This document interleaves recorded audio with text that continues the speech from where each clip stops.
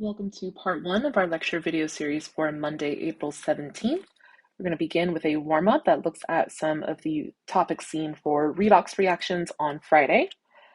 So we have a warm-up reaction here, or warm-up question here, which says, write and balance each half reaction for the following redox reactions, then provide the overall balanced equation.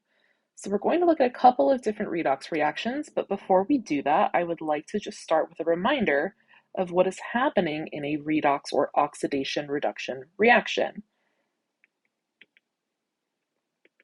So oxidation reduction reactions, these are reactions that are a little bit different from the reactions that we have seen thus far. So remember, by definition, a chemical reaction is a breaking of chemical bonds, a rearrangement of those atoms whose bonds were originally severed, and then the formation of new bonds between atoms that have been rearranged. That is our kind of standard definition of a chemical reaction. And when we're looking at oxidation reduction reactions, there's kind of this other component that we have to consider, and that is the transfer of electrons. So oxidation reduction reactions are typically in aqueous solutions. What we see is an example of our single displacement reactions, so it's not always true. And these reactions, as said, involve the transfer of electrons from one reactant to another. Specifically, the thing that is oxidized in a chemical reaction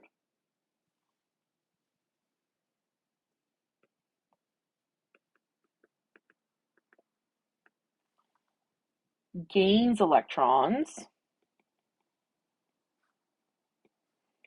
So you might want to think about what it requires to loses electrons, gains charge.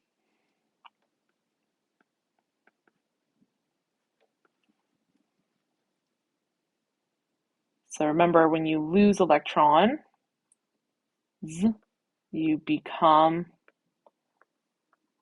more positive.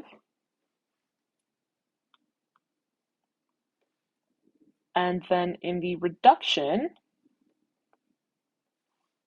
it's the opposite. So what's reduced gains those electrons. And remember, if you are gaining electrons, you are becoming less positive in your charge.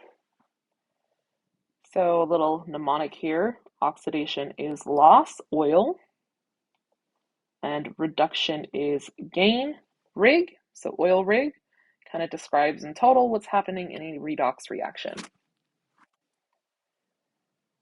So let's look at an example of a redox reaction. So we have seen an example like this, perhaps I think I've shown this one before. So let's look at the reaction of some solid metal. So let's look at zinc let's look at zinc and hydrochloric acid. So when this reaction proceeds, we create hydrogen gas, and then left over in solution, aqueous zinc chloride.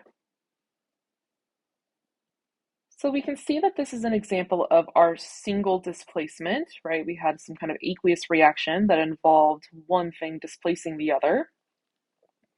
But how is it that we know that this is redox? So we know that this is redox by looking for a couple of key things. First, we're going to look for things that started in their elemental state and wound up being in some kind of charged state.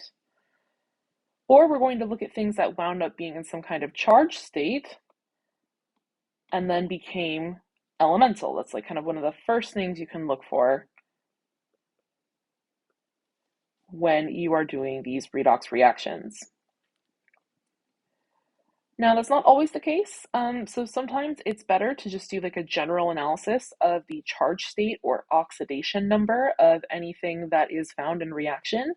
So in order to do that, let's see if we can't, at least for things that are aqueous, split things up into their net ionic equations, or even let's start with our half reactions. So let's look at our oxidation half reaction. So we're going to show what thing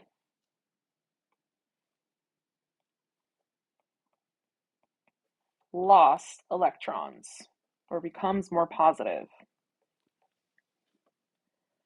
So if I look at my oxidation numbers, on zinc, because I'm an element, right, elemental state, my oxidation number is 0. Hydrogen always has an oxidation state of +1, and Cl-, which exists as the chloride anion in solution, that always has the same oxidation state as it does its ionic charge, so it has a -1 oxidation state. Hydrogen gas, each of the hydrogen atoms here, because they're in their elemental form, right? Hydrogen is one of our homonuclear diatomics, has an oxidation state of 0. Whereas each of the chlorines have a -1 charge because they are chloride ions, leaving behind the charge on zinc to be +2. And remember, any monoatomic ion will have the same oxidation state or oxidation number as it does its charge.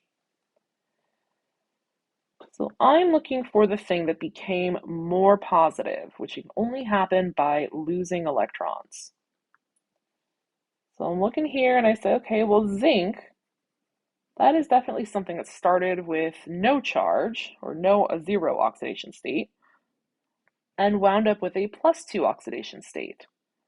So if I wanted to show what's going on here, I would have to show my zinc solid going to the zinc 2+ ion. And since my electrons were lost, I'm going to show my 2 electrons on my product side. Those are my lost electrons.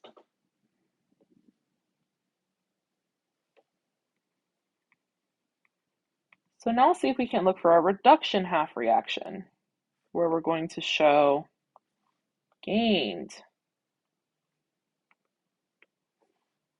electrons. Okay, let's look at our other options here. So looking closely, I look at my chloride ion and I realize that while I have changed the quantity of them, like I haven't balanced anything yet, I'm still looking at Cl- in solution. So the oxidation state of the chloride ion has not changed because it's still just chloride ion hanging out. We'll call that a spectator ion later. However, looking at my hydrogen, I see that this went from being a monoatomic ion in solution to being in its elemental state, where each hydrogen atom now has an oxidation state or oxidation number of 0. So how would I show that? So I have my hydrogen ion, and I am going to make hydrogen gas.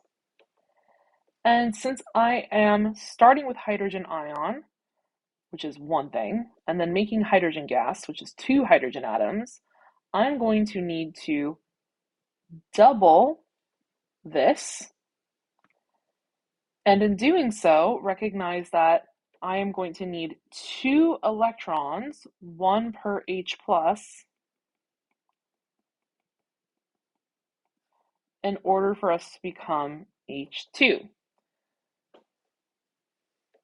So now I have my half reaction, where I am showing on my reactant side now the electrons that were gained by my hydrogen. And recall that redox is something that happens in like this simultaneous process. The electrons that were lost are immediately gained by the other species reacting in a redox reaction. So whatever was oxidize is going to have those lost electrons used in the reduction of something else. So if I were to put this together into the net ionic equation, I would have solid zinc coming together with 2H plus with 2 electrons going to form zinc 2 ion and hydrogen gas, and then 2 electrons. So I'm just combining and adding up my half reactions to get my whole reaction. And then by convention, we do not show the electrons that are transferred as long as those number of electrons is the same, right? We have to lose as many electrons as are gained by the thing that is reduced. So this would be zinc solid plus 2H plus goes to zinc ion and hydrogen gas. And this is the net ionic balance redox equation for this particular reaction. Okay, so review that content that was posted on Friday about how to identify oxidation states, how to identify what's being oxidized, what's being reduced, the nomenclature or language that we have about the oxidizing agent or the reducing agent is kind of opposite what you might initially think. So I like to think about agents as like an agent of chaos. If I'm an agent of chaos, I don't have chaos being brought to me, but rather I induce chaos in others in my surroundings. So if I'm an oxidizing agent, I am something that is inducing oxidation, which means I'm the thing that's being reduced. So review those videos from Friday, and we will continue moving on with our intro to thermochemistry by talking about energy systems and surroundings.